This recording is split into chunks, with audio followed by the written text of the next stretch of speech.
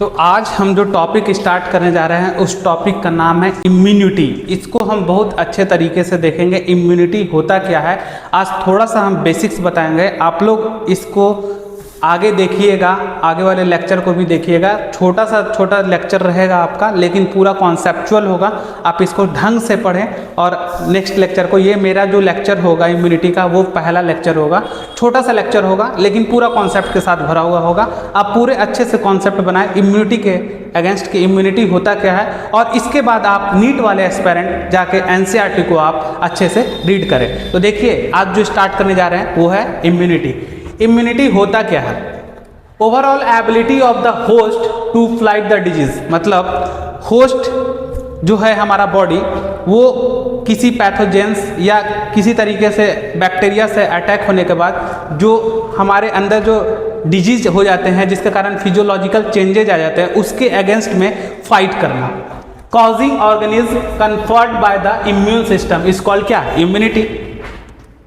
तो इम्यूनिटी कहता क्या है कि overall ability of the host, मतलब होस्ट के अंदर क्या एबिलिटी है टू फाइट द डिजीज से लड़ने के अगेंस्ट में, उसी को हम लोग क्या बोलते हैं? इम्यूनिटी बोलते हैं। इस इम्यूनिटी को देखें तो दो पार्ट में डिवाइड किया गया है। First is called innate immunity and second is called acquired immunities. एक जो होता है हमारा इननेट इम्यूनिटी, ये बाय बर्थ होता है, और जो हमारा एक्वायर्ड इम्यूनिटी होता है ये स्पेसिफिक होता है और आफ्टर बर्थ होता है। यहाँ पे दो टर्म आपके सामने आ रहा, एक आ रहा आपको कि हमारा जो है वो नॉन स्पेसिफिक, और दूसरा जो हमारा टर्म आ रहा वो स्पेसिफिक। तो सबसे पहले हम जानेंगे कि ये स्पेसिफिक और नॉन स्पेसिफिक क्या होता है। तो सिंपल सा बात है कि किसी के अगेंस्ट में अगर हम काम कर रहे हैं, यानी किसी एक पार्टिकुलर चीज के साथ हम वर्क कर रहे हैं, यानी पार्टिकुलर चीज के साथ अगर उसका इम्यूनिटी बूस्ट हो रहा कोई एक पार्टिकुलर पैथोजेंस के खिलाफ, उसको हम बोलेंगे स्पेसिफिक, क्योंकि वो स्पेसिफिक तरीका से यूज हो रहा है। लेकिन नॉन स्पेसिफिक क्या है कि जितने भी तरीका के बैक्टीरिया हैं, वायरस है, सब पे वो अपना क्या करेंगे, दिखाएंगे, वो प्रभाव दिखाएंगे, जिसके कारण से क्या होगा, उसको बोलेंगे हम नॉन स्पेसिफिक। यानी स्पेसिफिक और नॉन स्पेसिफिक में छोटा सा डिफरेंस है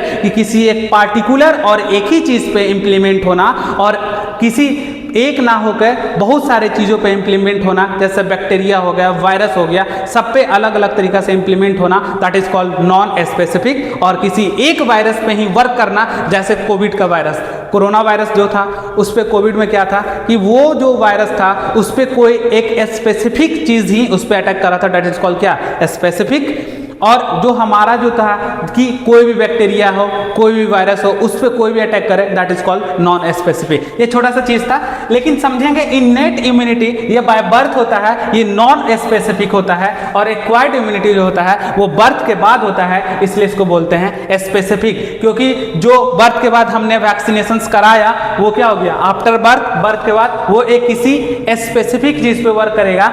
तो बात करें तो ये बाय बर्थ नॉन स्पेसिफिक, और ये जो हमारा फर्स्ट लाइन डिफेंस है और सेकेंड लाइन डिफेंस है, तो हमारा फर्स्ट लाइन डिफेंस जो होता है वो एक्सटर्नल होता है, और जो हमारा सेकेंड लाइन डिफेंस होता है वो इंटरनल होता है, और जो हमारा थर्ड लाइन डिफेंस होता है वो भी इंटरनल होता है।